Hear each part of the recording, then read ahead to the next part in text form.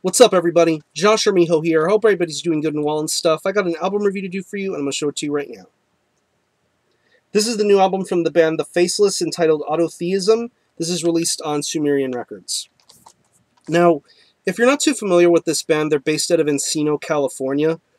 And this has been a band that has basically crossed the fine line between progressive metal and technical death metal.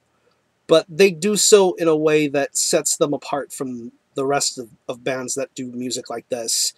And in doing so, they have gained a very good fan following. They have earned the respect of a lot of people by making some really solid music, in my view. I got introduced to this band a couple of years ago with their second album, Planetary Duality. I thought that album was just pretty damn awesome. I enjoyed the guitar play. I loved the vocals, really good, solid guttural vocals, solid bass and drum work, just that overall outer worldly atmosphere when you listen to that record. It's pretty neat. And that album led me on to their debut, Akeldama, which I thought was pretty awesome, even more awesome than the second album. Even if that album had like multiple drummers participating on it, I still thought it was a damn solid record, and it really showed their willingness to be different by adding all these jazzy, progressive kind of elements to their sound, almost like Cynic and Opeth to more current stuff like Between the Buried and Me and Obscura. There's a lot of influences here for this band, and they utilize it to the best of their abilities. But now, 4 years since Planetary Duality, the hype has been building up for new material from this band. And the wait is over. We now have Autotheism, which basically means, in a way, you're your own god, the god of oneself.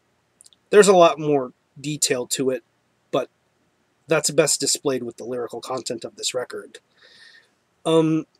It's 9 tracks, and it runs around 40 minutes in length, which is a good thing for me to begin with, because I did not like the fact that Planetary Duality was only 30 minutes in length. I really would have liked for this new record to have been longer, and it is. There's a lot more room to fully engulf yourself in what's going on with this record. And you're going to get a lot of twists and turns here. You're going to get the Faceless sound that you already know and are familiar with, and then you get elements that you're going to get thrown for a loop for and you're not going to be expecting. You're either going to love it or hate it. But everyone's going to have their say-so about this album, regardless of whether people like it or don't. Guitar-wise, it's what you would expect from a Faceless record, but it sounds a lot more clear and a lot more concise. I love the way the guitar melodies sound here. They sound very good, very heavy, very memorable, and very catchy too. The solo work is very intricate and detailed, to the typical kind of sweep and tap patterns that you would expect from the Faceless. This is probably one of the few bands that can do that kind of style with ease and comfort. Faceless do it very well here. Bass-wise, they got a new bassist in Evan Brewer, whom you may know from Animosity and his most recent solo project. When his bass is utilized, it's utilized to its fullest extent, and it sounds great. Take the third part of the 3-part track entitled Autotheist Movement, Deconsecrate. His bass sounds awesome on that song, that almost audible, gliding kind of feeling to it. That's one thing I like about him as a bass player, just that gliding sound in his bass. It sounds really good. I would have liked for the bass to have been more well utilized in other songs. To me, this is really a guitar-driven type of a record, but still, I would have liked Evan Brewer to have had equal time to be heard more. But once he is heard on this record, it sounds great. You can let that slide a little bit. Drums, I honestly don't care if the drums are real or programmed. There's that constant debate going on as to what the drums sound like. It doesn't matter. This is probably one of the better drum performances this band has done. It's a lot better than Planetary Duality. The drums sound a lot more solid here than previously. I like the more progressive, jazzy kind of patterns to the more heavier, crushing kind of double bass and blast beats. Very solid drum fills and rolls all around. Just a good, solid drum performance. I enjoy what I hear with what Lyle is doing with the drums here. And vocals, they have a new harsh vocalist.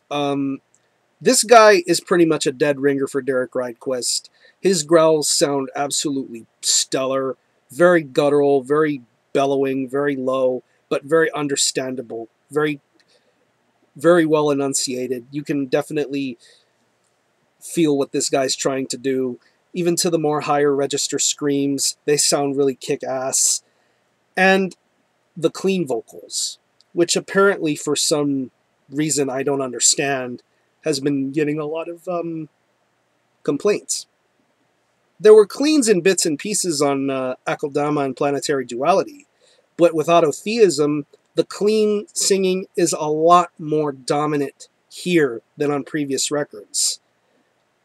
Honestly, it's to a point where the cleans almost overshadow the growls.